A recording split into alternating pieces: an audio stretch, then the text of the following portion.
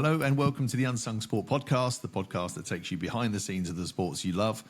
Today I'm joined by Vangelis Giannopoulos, former first team performance analyst at Olympiacos and youth team coach at Leeds United. Have I got your name right there? Yeah, it's one of these weird Greek names, but you got it right. Good stuff. Well, welcome to the show. I mean, firstly, can you share a little bit about your background and how you got started in the field of performance analyst? Right, Mark. First of all, thanks for having me here. First time I'm in a podcast, so kind of nervous. It's fine. I'm from Greece.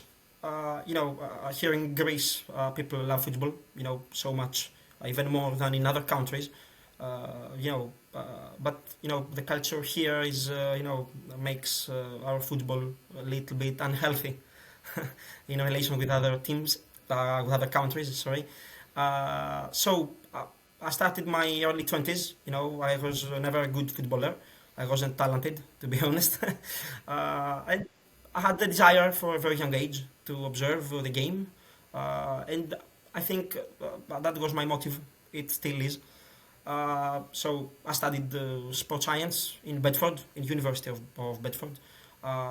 In the meantime, had the opportunity to work as an intern in MK Dons, not something fancy. I was just an intern. Having mainly supporting role. The big step came after a year when I got the opportunity to work as first team performance analyst in Olympiacos. So I had to take a gap year from the university and return back in Greece. I was given this opportunity mainly because of my persistence, to be honest. Many years ago, I tried to come in contact with Olympiacos chief analyst, Mr. Martakos. I was asking him and challenging him about things, about softwares that could be evolve analysis, and I think that he noticed something on me, so he hired me. The rest is history. We won the Greek championship in my year there. It was the season after Marco Silva left. The current Fulham manager. We had a great team. I worked with Paolo Bento, with Takis Lemonis. They were both intelligent coaches. It was something very nice to me. And after my spell in Olympiacos FC, I returned back in UK. I worked for 6 months as Leeds United under 8. I was, it wasn't something fancy as well there. It was practically something same as MK Don's job. I was in the under 8 guys, but something special was that wearing the Leeds badge, you have the right to watch the first team trainings. So I had the opportunity to watch Marcelo Bielsa's trainings. That was something special to me. It changed all my philosophy. On 2019, I returned back to Greece, and the last 4 years I worked as a head coach in teams in the 4th division in Greece. It was a motivation for me to come. It was a motivation to me to come back to Greece and work as a head coach. Because I was the youngest ever to work in such a level, and and that matters in Greece. Somehow. That's me. That's my story. Great stuff. Thank you. I have a couple of questions just on that, actually. I want to ask, is Olympiacos your team? Is that who you supported as a boy? That's a tough one. To be honest, I'm a fan of AEK Athens. Yeah. but kept that one but that's something well. that that's something you don't tell when you work in such a big team. They're very competitive. the competition is high, and it's something that let's say that it's better not to be well known. Okay. All right. Okay. We'll cut that bit. Yeah. So your role then, just so I can get that right, has been kind of coaching, performance analyst, and managing then at the moment. So you've got a breadth of experience there. But coming back to your time at Olympiakos when you were a first team performance analyst, what does a typical day look like in that role? All right. As an analyst, I used to work, as a part of a team. All right. You're not on your own. First team training, let's say that it begins around 10 o'clock. All right. So in order to be set up properly for the arrival, we should be at the training ground. Everyone should be at the training ground at about 10 o'clock. This allows us to get a number of jobs done. All right. So when the players arrive, they can collect their GPSs, their kits, and everything, and head out to the training. Let's say that in short, the role of a performance analyst is to make the coaches' life better, right? Let's say that in the more technical parts, we have to prepare the players' recording devices, the GPS kits and for training, to collect their data, to file a report, of every day's data, all right? And we send this to the manager, closest assistants. At the same time, between 8 and 10, we have to analyze our upcoming opponents because, we have matches, we have footages of their matches. So let's say that between 2 hours, we have to analyze about 2 or 3 matches. And that's kind of difficult. And we have to focus because all these tasks are pretty challenging, and this is why we always set up early. We manage our time and and focus of the job that needed to be done. And to be honest, Mark, this would be my advice to anyone who would like to work in a sport, in a sports team, because sometimes this can be very stressful, but if you're committed and you love your job, it can be something that, it can be a dream job, trust me. This is, I think that this is our everyday routine in Olympiakos, all right, when you're an analyst. If something unexpectedly happen, if something happens unexpectedly, I think that we have to sometimes we work on our day offs, and that's very stressful. But if nothing unexpectedly happens, I think this is our everyday routine. So this is it. What particular tech would you use in a performance analyst role? What are specific tools? Yeah, that means there's like software or something that you would use. All right. Look, there are some tools that we use, and I know that the majority of them I'm going to refer now. They're very well known in the analysis industry. But the first one is the Sports Code. Sports Code is a video analysis software that allows coaches to analyze footage of games and to identify strengths or weaknesses. It allows us to code. Let's say that the game consists 5 phases, right? Is organized attack, organized defense, transition attacking, transition defensive, and set pieces. Sports Code allows us to code every one of these phases. So we have splitted clips, and we can isolate them in order to send them as a video footage to the coach. And this is actually how Sports Code works. My opinion is that in 2024, Sports Code is still the leader in analysis softwares. I mean that I'm pretty sure that even teams in Premier League should be using this. Another one is StatSports. StatSports is is mainly something that is heavily involved. Fitness coaches are heavily involved with this. Is GPS vests. It's a fantastic training tool. It's very useful to help players understand, their position, distance covered, the movement, everything happens in the pitch, heart rate, and all these metrics. And this is something that we both analysts and fitness coaches are involved with.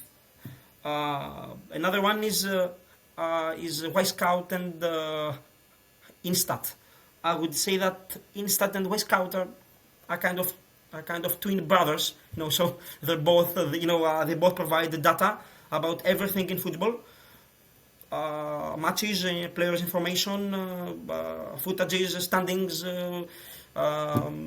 players' preferred foot, everything. We used to use the Instat when we couldn't have footage for an upcoming opponent, so that was really helpful to us. And Y-Scout was an alternative of this. Now, some others, some other key skills for this profession is some presentation softwares such as Premiere or Live Tag Pro. They're both important, and I think that a modern analyst has to be very familiar with them. Of course, you have to know how to place a camera, how to set the zoom, the height, the depth. There is a methodology of this, and here, and this is where I would like to add that being an analyst, this is a part of analysis that that the majority of people don't understand how how important it is. I mean that I know that when you it sounds kind of boring, hearing about cameras and zooms, angles, but this is very important. This is actually the foundation of everything. There is a lot of office-related work that needs to get done in order to do the fancy and tactical job after this. So this is the foundation.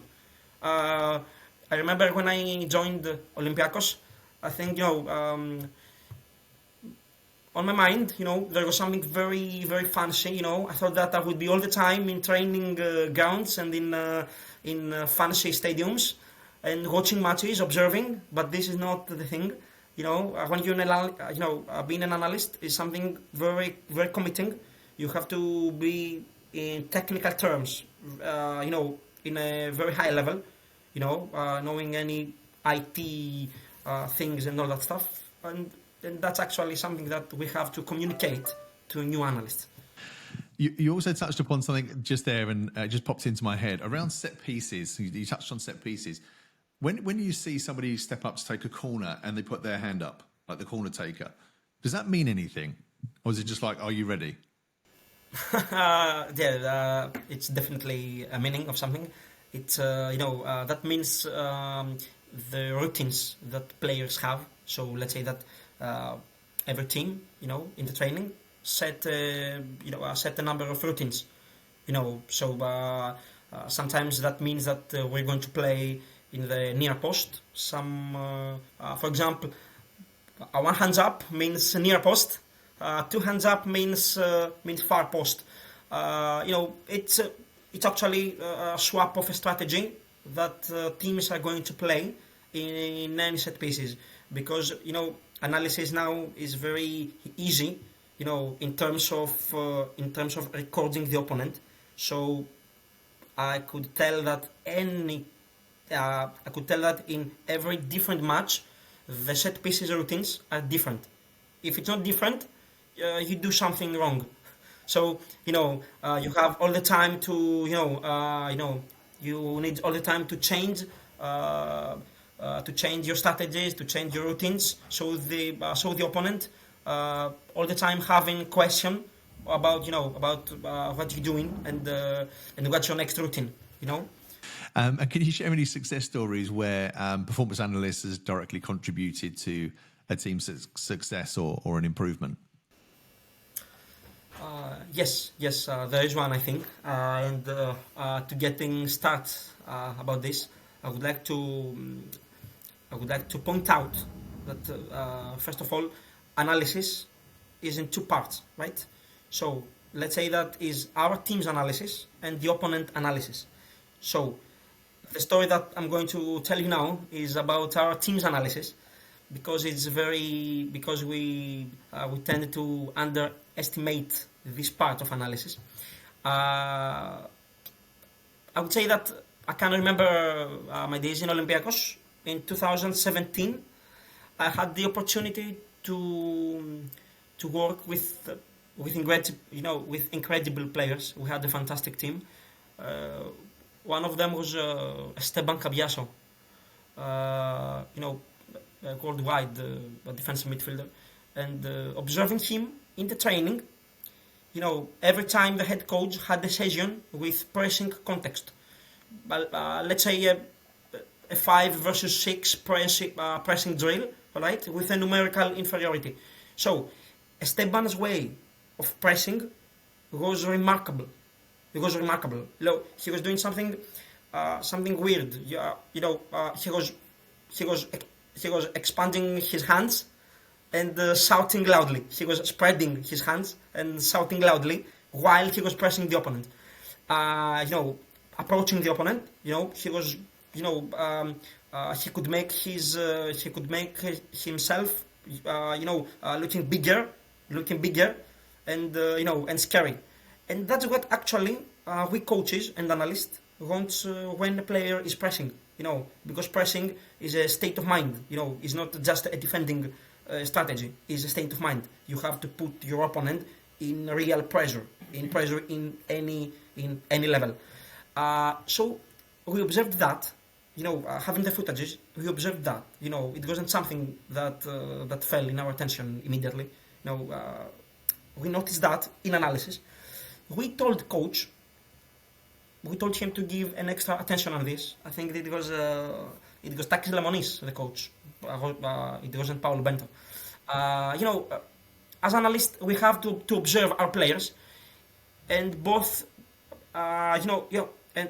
both us and coach, we took this decision to go to give instructions to other players, so they would use the same way of pressing, to copy Esteban Cabiaso, and that was magical. Our numbers were up, meaning the numbers. I mean that there's a metric that calls defensive interceptions. All right, so our defensive interceptions numbers were higher because we just did this notice. We told coach told players, he gave an extra instruction, and this metric actually gave us an edge over our opponents. So, it may not be something fancy, something that we changed the formation, we did the superiority, a numerical superiority in half spaces, for example, or something fancy like this. But it was something that you can trust me that analysis can give you from the very, very little things. And that's the magical part of analysis. Yeah, great stuff. Great stuff. And I guess in your opinion, what are the kind of key metrics? What are the main performance indicators that would most impact a team's success? All right. Yeah, that's a tricky one. Look, as an analyst, I think that all right, I would go with X goals. I would definitely go with X goals, basically. Yeah, because I think that X goals, they gave us the opportunity to know if our team plays well, no matter what the score is or what the standings are. Because sometimes, for example, you may have a team winning or being first in the standings, and if their X goals are not given according to the goals achieved, then this is a pure luck, or this is a high quality of your players. So it's a reliable metric that I think that in the last, in the last, I would say, the last 8 years, has, it gives teams a very reliable metric, in order to understand the effectiveness of their team's attacking play. Another one that I noticed a week ago, and I would like to refer it here, is that it's an individual one. It has to do about the defenders, and looks to there's a metric that it calls the won defensive duels. All right, and this is actually the one that Tottenham used in order to buy Dragusin. Dragusin had a very high percentage in this metric. All right, it is actually, to put it simply, is the ability to prevent an opposing player in possession of the ball to dribble past you. All right, so Tottenham Hotspur signed Dragusin, Radu Dragusin. All right, who is second on this list. Just think about that. From 2019 until 2021, Virgil van Dijk had never allowed an opponent to dribble past him. That's a metric that made Van Dijk one of the best defenders in the world. All right, so I think that Dragusin's signing from Tottenham, I think that it has a lot to do with this metric, with this individual metric. It's interesting that you're saying about Van Dijk. Obviously, there's a lot of talk at the moment of him going, but that's kind of something for another podcast. I guess it'll be a miss to the Premier League. He's been a giant. Yeah, of course. To me, he's one of the best centre backs that ever played this sport, and I think that he's one of the main heroes of this new Liverpool era. Of this Klopp's super team. Thinks we will remember him as something great in the next years. Yeah, definitely. And actually, you've mentioned their X goals, and I think that's still it baffles a lot of everyday armchair fans, X goals. I mean, I support West Ham, so we're a counter-attacking team. So our X goals is always really low, but we're 6 in the Prem. I think we're still 6. So, X goals for me is a bit of a confusing one, because I think it just favours the attacking teams. Obviously, they would look a lot better. So I'm sure there will be many teams below West Ham that have better XG, but we're still above. So it was always an interesting one. Yeah, I would say that X goals is look. I think that I would say that X goals is the most reliable metric. Just because it says the truth.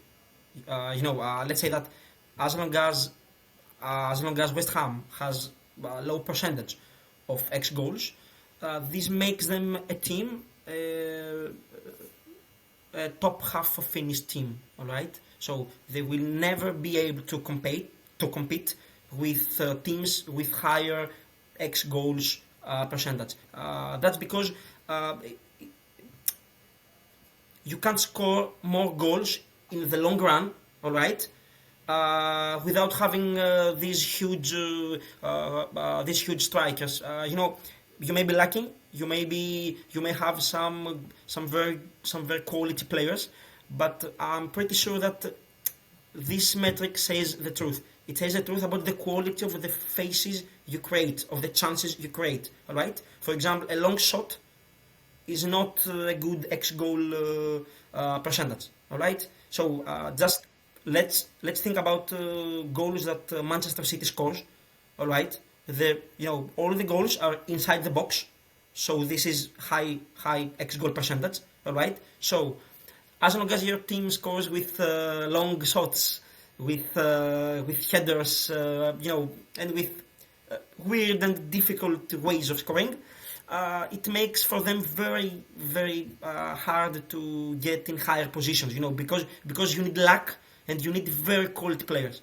For example, strikers as Suarez or Lewandowski, in the past, they were able to make difficult X goal percentages to make them goals, and that's why they were great scorers. All right, I think that West Ham, unfortunately, because to be honest, I like West Ham as a team. Yeah, it's one of the London teams that I personally like. But I don't think that West Ham will be able to buy, this kind of huge players, in order to make their low ex-goal percentage to make them, effective in the long run. Yeah, sadly, I agree with you there, unfortunately. So, yeah, we can only dream. We can only dream. And I guess on that as well, I mean, how do you as a performance analyst balance the objective data and the subjective observations? Because I think we all think, I think I can always spot a good player, but maybe the data tells you something else. So how do you marry that? All right. Look, the majority of coaches they can't recognize which one is more reliable. All right, to go with subjective, all right, or the objective. So I think that neither objective nor subjective should be considered in isolation. All right, we should mix them.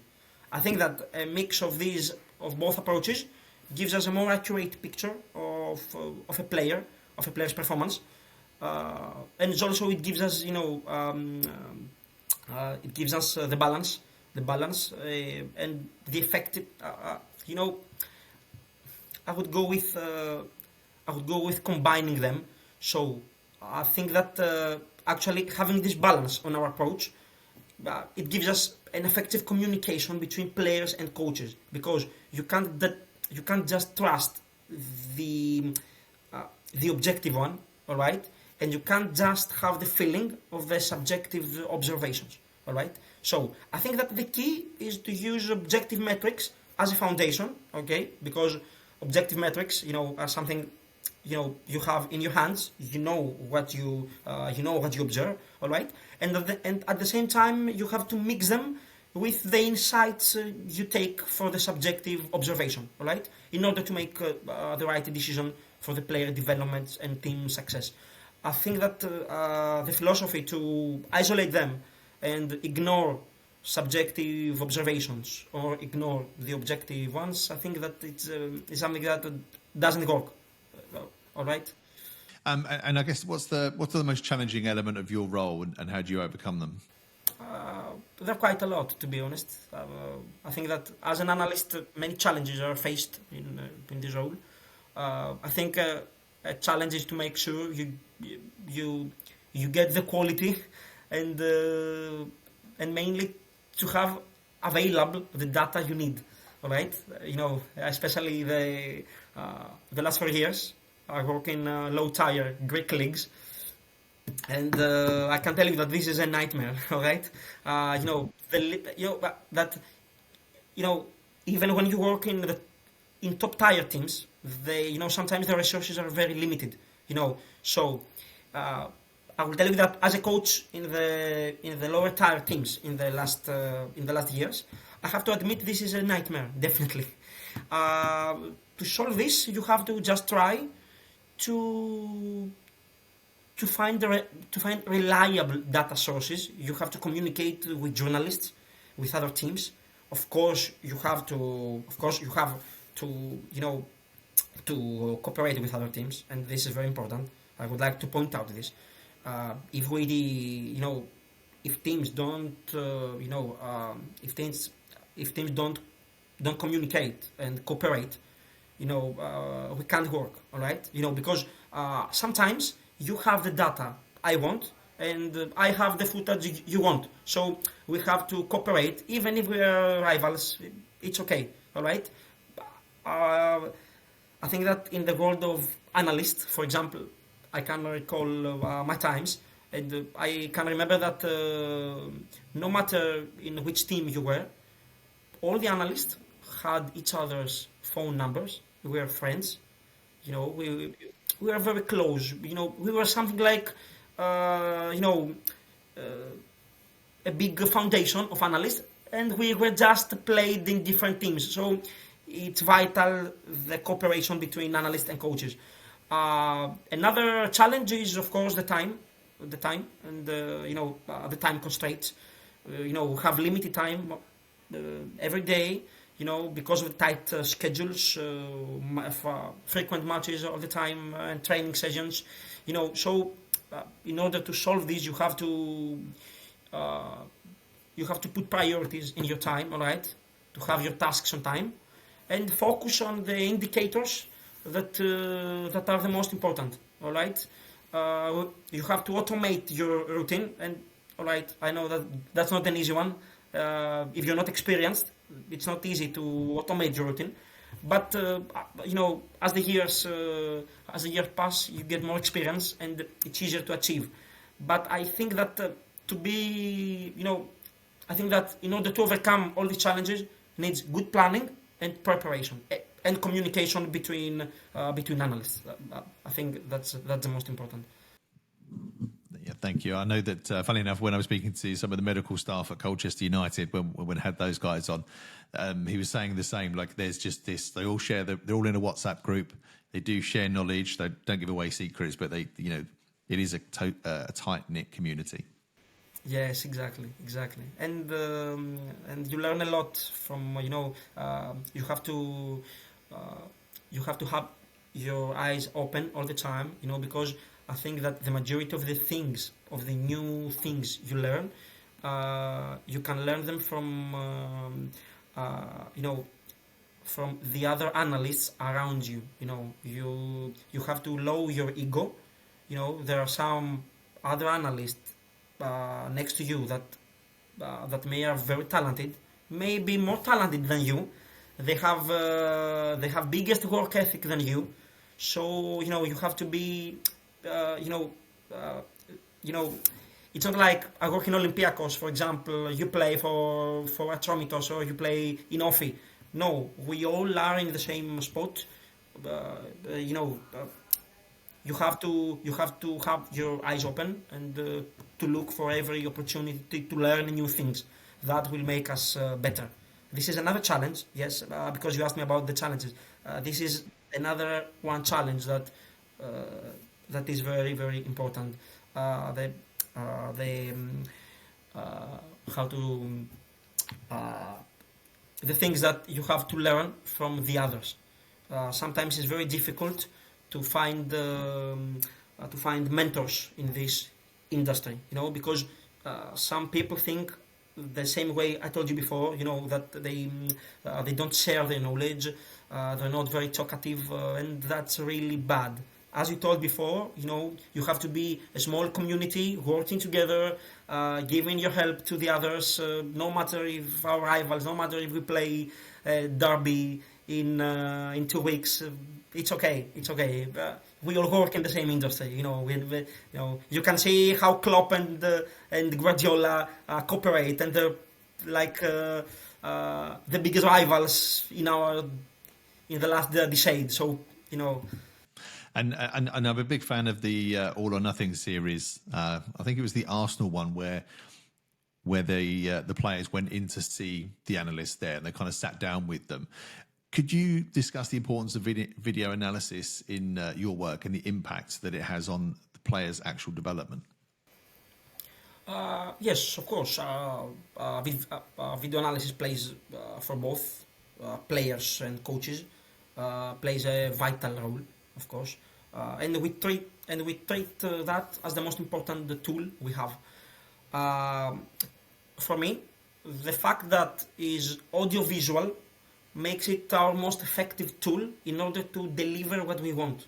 All right. So, in order to deliver tactical and technical guidelines and instructions, using an audiovisual tool is our most effective weapon. In addition, I think that video sessions, contribute to what I call tactical intelligence. Right? It comes again in the fact that it's audiovisual tool, so it's easy to understand. All right, and it improves players' understanding. All right, they help players fit into the team strategy. Because it's different to hear something, and it's very different to watch something. All right, and I think that I think it boosts their overall understanding of what tactical changes happen in the game. And finally, I'd say that I think it helps in in collaboration among players, among players and the staff. We can use it. We can use it as something that we both see. For example, we both see a field, all right, but players and coaches have a different point of view. For example, I see something that you don't see, and player sees something that I can't see. All right, so we could mix them and create something very unique. Because players can help us. Watching video analysis can help us see something that sometimes we can't see. All right, so sharing this point of view, it can create something fantastic in terms of tactical game. All right, this is something that only video analysis can give you, and it's because this audio-visual interaction. To me, I think that this is the biggest gain of our sports development. That for example, let's say in 2004 or in 2005, in 2000, let's say, players didn't have the opportunity to watch themselves, in the trainings, have this audio-visual interaction. All right. So to me, this is everything. This is the most important revolution our football generation did. The audio-visual interaction between players and coaches. Mm-hmm. And obviously you can see the video analysis as you kind of mentioned there. But what role does the psychology play in your work, like particularly when analysing a mindset and decision making of a player? Yes, psychology, of course, it plays a crucial role in work of a football analyst, especially when it comes to analysing players' mindset, all right, or what you call the decision making. As I mentioned before, sometimes not all the players are receptive enough to accept their corrections. For example, what if you tell a player that here you did a mistake and you have to change your behavior? All right, not all the players are receptive. All right, so understanding the psychological aspects of what he just did, all right, is vital in order to win the game of communication, all right, between you and the player, all right.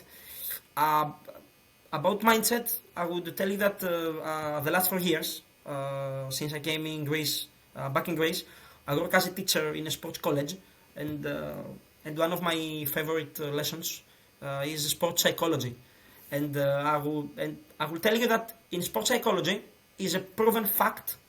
It's a proven fact that the more a player is prepared, the less the stress will be, and that's a proven fact. So, of course, not every human has the same levels of anxiety. All right. So it's important to use analysis as a tool to help players that they seem anxious or nervous. All right. Video analysis can prepare these players. All right. Can give them the instructions they need not to be anxious or nervous. All right. So this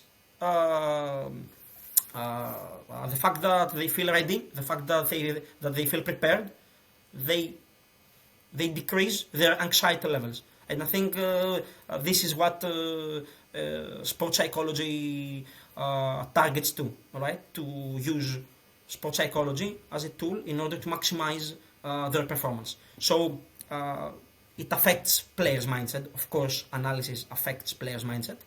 It gives them confidence. It makes them feel ready, all right, to face the situations that, in other terms, would be difficult for them to face. And same thing happens in decision making as well. Because by studying the opponents through the video analysis, players can create scenarios in their mind. Identify moments, predict the outcomes, and all that stuff. All right, so they might, and that makes them powerful in mind terms, all right, and in taking the right decision, all right, have the right decision making, and of course that's something that only video analysis can do. All right. Just while we're on the psychology of footballers, have you been hearing about Marcus Rashford recently? No, can you help me? I'm not informed. Well, he's just, I think he's just been fined £650,000 for going out on the getting drunk and not turning up I've for a heard match. that. That's one. That's one. Yeah, Oh my everyone God. in England, we're like, his head's gone. Like his head, Yeah. he's just not in the game at the moment, which is crazy. So, yeah, I Oh my just thought God. I'd try and get your opinion, but I won't ask you about that one. Mark, to be honest, I think that this is the smallest problem. This is the least problem that Manchester United right now has. Trust me. They're sick. Yeah, it's a sick team. It's a sick team with a sick way of thinking, sick culture. I think that needs so many changes. So many changes in this. So how do you, and as an analyst, like how do you communicate those findings and insights to coaches and players in a way that's it's kind of easy for them to understand, but also to put into place? Yeah, how to communicate them. This is a part of our job to communicate them. To be honest, our job is to ensure that the information is given in a way that is easily understood in simple tactical terms, all right? Because not everybody understands data or statistics. So we try to present this complex data that only us, uh, I guess, can understand, to make it in a simple manner. We try to avoid, unnecessary, difficult words, talking about language, using difficult language so we focus on what is easily to understand by everyone. All right, I I will point this out again using visual tools, graphs, and all that video clips, representations, all this stuff. I think that this is supports the understanding because it's different to me to be in a room and try to explain to 24 different players with different language and different tactical understanding to explain them some complex data statistics uh, aspect. It's very different with just having a screen, play a video of 5-6 minutes with what I want in simply given. All right, this is very very different. The second one is this is exactly what we try to communicate when we analysts try to have our point. Just what, depending, where, no matter where you're based, but can you share any memorable or funny moments that you've encountered while working with a team? There's one that is to me is the most important, and this is not funny. This actually is harsh because this story actually describes how demanding is to work for Olympiacos.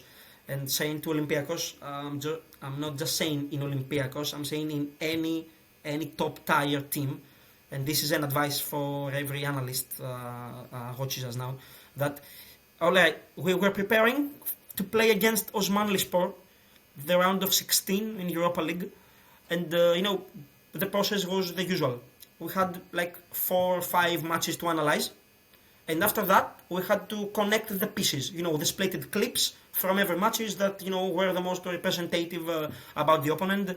In order to create a 5-6 video, as I mentioned before, about opponent superiorities and stuff.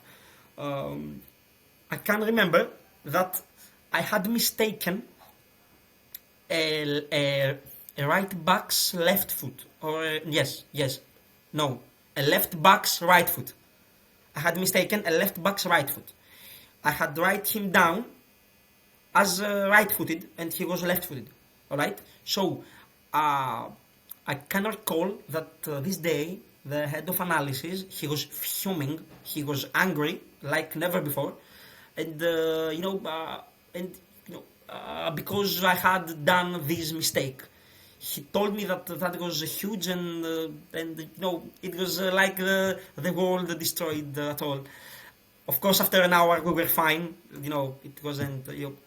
It was okay, but I remember this day. It was Saturday, therefore a match day.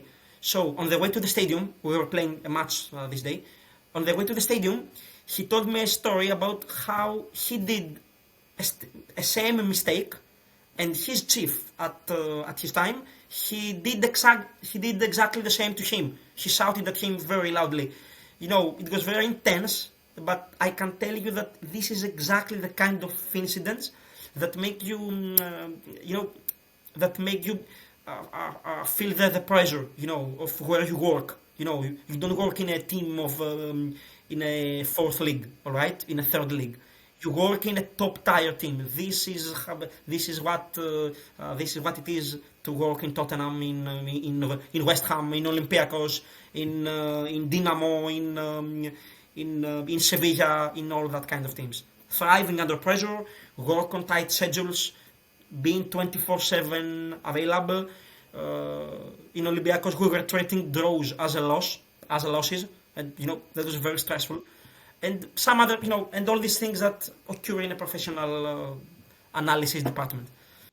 Yeah, I guess you're working in elite sports. It's everything has to be exact. I mean, those, and not just football, but any kind of sport, motorsport, whatever it is, those tiny details can make a massive difference. So, yeah, I can imagine the pressures that you must be under. So, yeah, it's a tough one. I think everybody sees anybody that works in football as a dream job, but don't realise, as you say, the pressures, the hours you have to work. It's unsociable, and you're on call if something's needed. You've got to be there. So, yeah, it's a tough job in a lot of ways.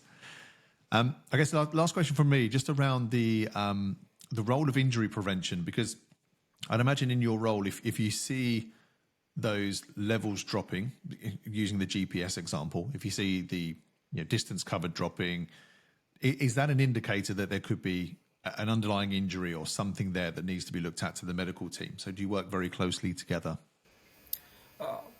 Of course, and that's something very.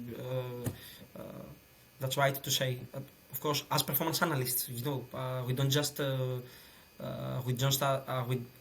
we are not just around analyzing games and stats and data. Of course, we work alongside the fitness coaches, physios, and doctors, and we try to make sure that players aren't pushing themselves too hard. All right. So there's not a metric like in our scope that we set and we check that this player is in danger of injury. But what we do is keeping track how much the training and playing too much without rest. So so that can lead this to injury. So let's say that we track their levels of fatigue. All right, it's not something that I think that this is best suited to doctors to have this metric. All right, but actually our job is to look out for potential injury threats. For example, let's say that a bad running technique, a bad jumping technique, because all these are potential threats that could make you have an injury. All right, we can make sure that players recover well. All right, we have these metrics, and working with the whole squad, of course, to keep everyone fit and ready for action. Sometimes the fitness coaches or physios are their closest guys. Because they're this is an office job as well. So sometimes we even work in same offices. There are teams. I think that in top tier teams, I think that the offices are huge. So all these teams work together in the same office. All right. There's not the physio's office, doctor's office, analyst's office, and that stuff. All right. So sometimes these are your, these are your closest co-workers. All right. So I think that this is the answer. That we just look to make their life easier. So we just have them not to push themselves too hard, because sometimes coaches are very persistent to this, and they don't understand. And and I can see that for myself now. Now I'm a coach, and I can, sometimes I push my players too hard, and and my fitness coach all the time, he keeps telling me, "Oh, Vangelis, please stop that." Uh, we're over the time, all right, and I don't understand that. And when I go back home, I give a feedback to myself saying, "Oh, you're such a you're such an idiot. Like you should have stopped this exercise now because some players are exhausted, some are close to the level of fatigue that could be dangerous enough and that stuff." So, analyst role is to identify the moments that the player is tired, treat them well, and mainly to have a close look to players' technique. Because a bad jump technique, a bad running technique, a bad walking technique sometimes might be dangerous because there will be some injuries there. Just as so, one more question actually, just in terms of the fourth tier club that you're managing at the moment, what's the name of them? Give them a shout out. All right. I'll be honest. The team, actually, I'm not in the team right now. Like I resigned like 2 months ago. No, I resigned 4 months ago. So actually now I'm a free agent, let's say. All right, but I was in this team like for 2.5 years. This team was Thiela Dimitriou. Is another one difficult Greek weird name. I tried to pronounce it. So Yeah. So you're saying now that you're available, so ready to be snapped up by somebody. Yes, why not? Yes, look, Mark, I'm 31. All right, I'm in this industry since 2016. Of course, you always you have to be ready. This is a full-time job. Of course, I work as a teacher. The last 4 years, I work as a teacher. But I work as a teacher in now, in this industry. I work as a teacher in sports science in a sports college. So to me, is of course, it's something I'm waiting for. But I would love to work. Coaching is my job. Coaching, be a performance analyst is my work. So of course, I'm ready to work again. Definitely. Great stuff. We'll put your contact details in the description of the podcast. Vangelis, look, it's been really informative. I've learned a lot, and I'm sure the listeners have too. So thank you very much for coming on the podcast and for being an unsung hero of sport. Great, Mark. It was pleasure to be here and talk to you. Great stuff. Have a good evening.